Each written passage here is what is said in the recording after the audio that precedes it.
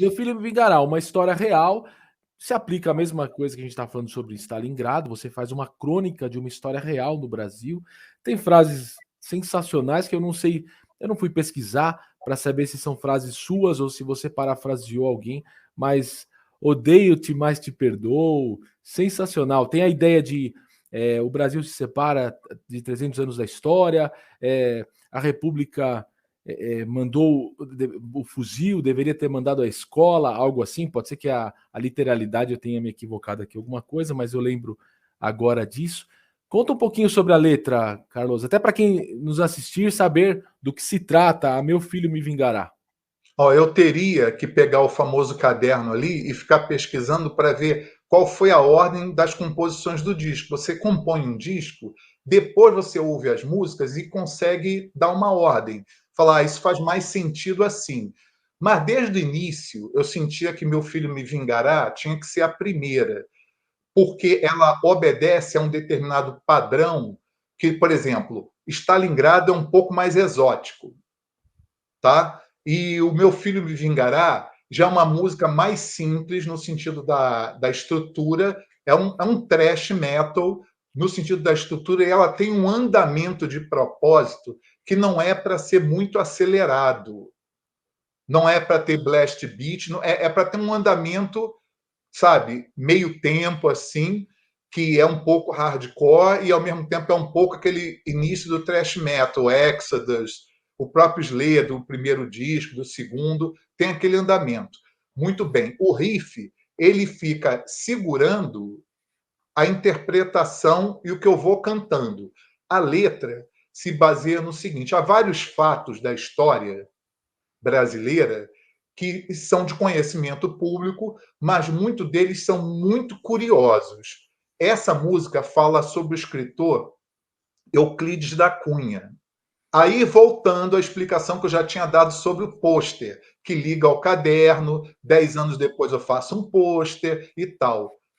Eu jamais imaginaria que eu iria, anos depois, gravar um disco chamado Canudos, tendo como referência a obra de Euclides da Cunha. O que me chamou a atenção nesse período é porque eu associava o Euclides a um momento político. Assim, é uma história muito longa, mas é muito interessante.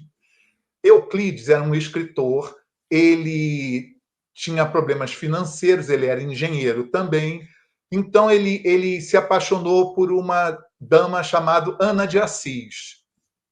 Essa Ana de Assis era filho de um militar brasileiro.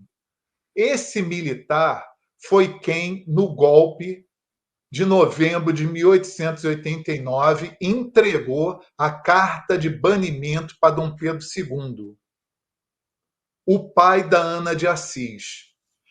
Esse cara era mais um dos conspiradores do exército que haviam traído o governo, entre eles o que iria se tornar ditador, presidente Floriano Peixoto. Ele era outro ditador do mesmo grupo de conspiradores contra o Império. O pai da Ana de Assis foi quem entregou a carta.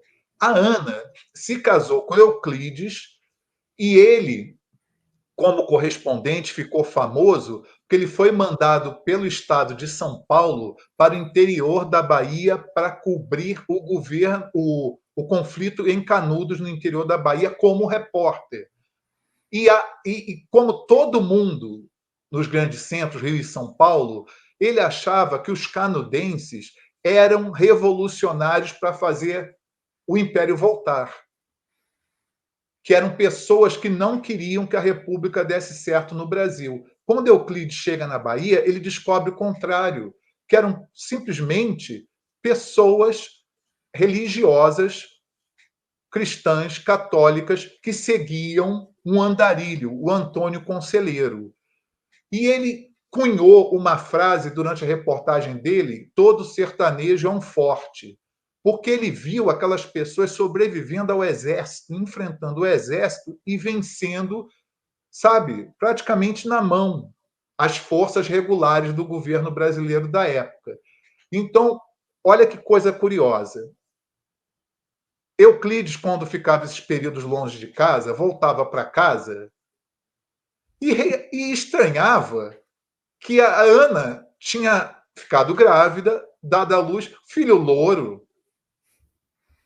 Aí ele ficou meio bolado com aquilo. Desculpa usar o termo, estou falando um negócio tão sério, agora já puxo. Ele começou a ficar meio bolado. Aí ele reparou que tinha um menino militar que andava muito junto com a Ana, um lourinho, Dilermando. Aí ele ficou assim, cara, que coisa esquisita. Aí a Ana fugiu, foi querer viver com o Dilermando. Só que acontece que naquela época não era assim que a banda tocava. Ela era casada com ele e tinha que voltar para casa. Ela se recusou. Então, o Euclides levou uma arma, pegou uma arma emprestada que disse para a amiga para matar cachorro.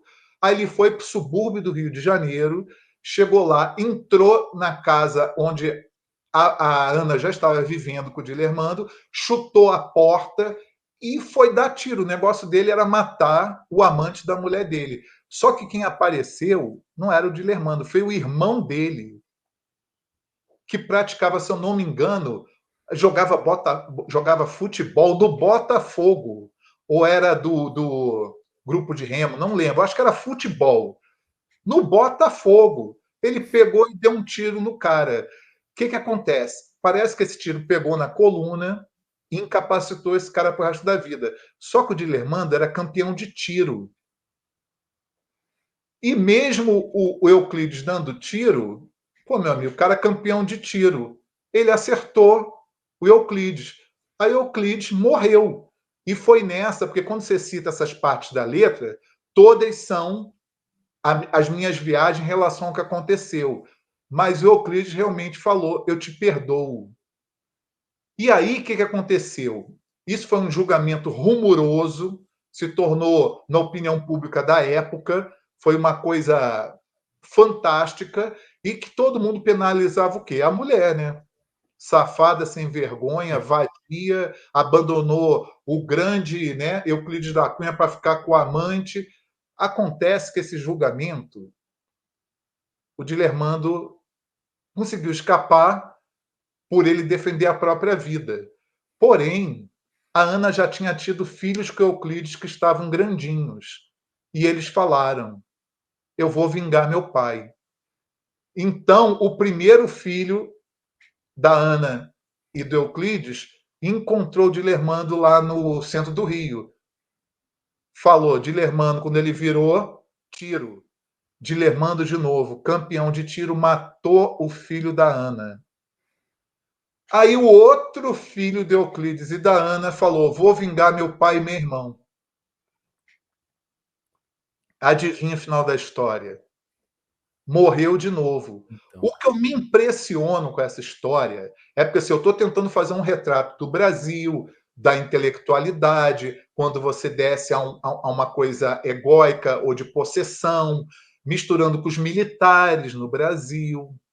Entendeu? Essa história falando sobre um escritor que conseguiu pegar o Brasil real e fazer para o leitor da classe média, porque ninguém sabia ler no Brasil, virada do século XIX para o século XX.